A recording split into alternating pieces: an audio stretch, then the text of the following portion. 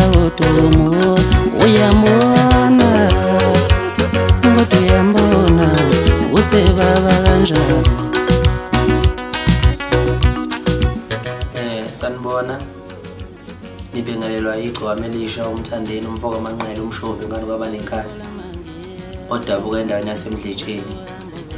Bafowethu ngidlulisa ukuzibongela okukhulu kunina ngesupport engiphiwa kulonyaka 2018.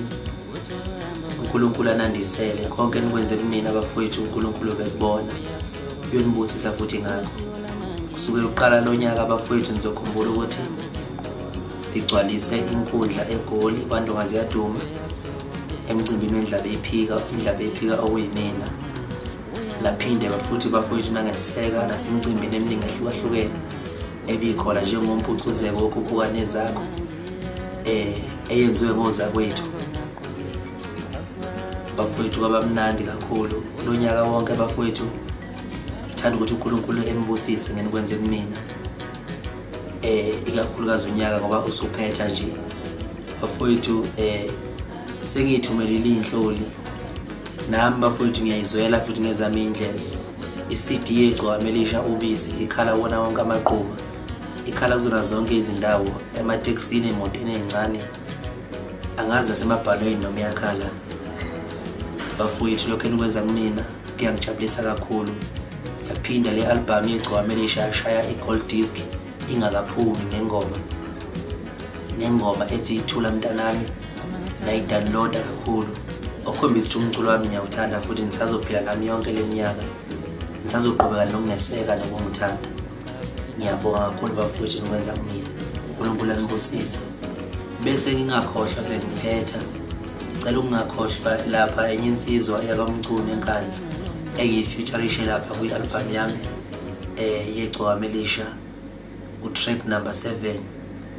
Cha futhi hayi bafowethu lithi iqiniso madoda ake soke siyeke nje ipolitiki sikhuluma iqiniso. Umfana ufike wayigqugqumezela iqhawe inhlanzeko yaluthengisa udumo lwami lento ngayiphiwe emazulwini njobo ngona nje. Yaluthengisa udumo lento ngayiphiwe ngisho ngegitha ungiyizwa umlando omkhulu. Cha bafowethu ngizwele kuthiwa insizwa iyazalwa ngomhla ka-5 lo wakusasa.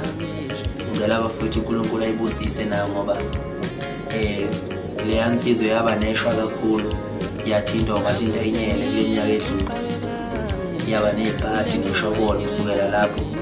Kodwa namhlanje ngithanda bafowethu shwele sekukhuluma mina manje inkosi yomaskandi Igcokama ngiyibusisa leya ndoda. Noma ngabe wakuxatshena bafowethu kodwa kubuye kuxolelwane. Bengicela ukuthi ni ixolelo lensizwa yakamacingwane njengoba sekukhulume mina futhi umlomo ongathethi imanga.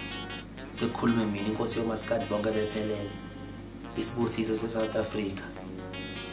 Ngiyacabanga lensizwa izophuma ehlathini ibuyele ijabulise abantu ngephimbo layo ebisakaza ngale emsakazweni. Iqhubeke bafowethu noma ngabe iyahlanya kuhle ingahlanyelile kuthi ihlanye khona la beyiyimbe ukuthi ihlanye khona la emsakazweni silalele ngoba singamabhinqa siyayithanda futhi asinamaqhuba asinanzonke. Bafowethu ngizocela kwehlila ngezansi njengoba inhloso yami bekubonga nje lo mculo wamaskandi ungabalandeli bomculo. Ngiyamthanda kakhulu uNkulunkulu anomsiza. Bye.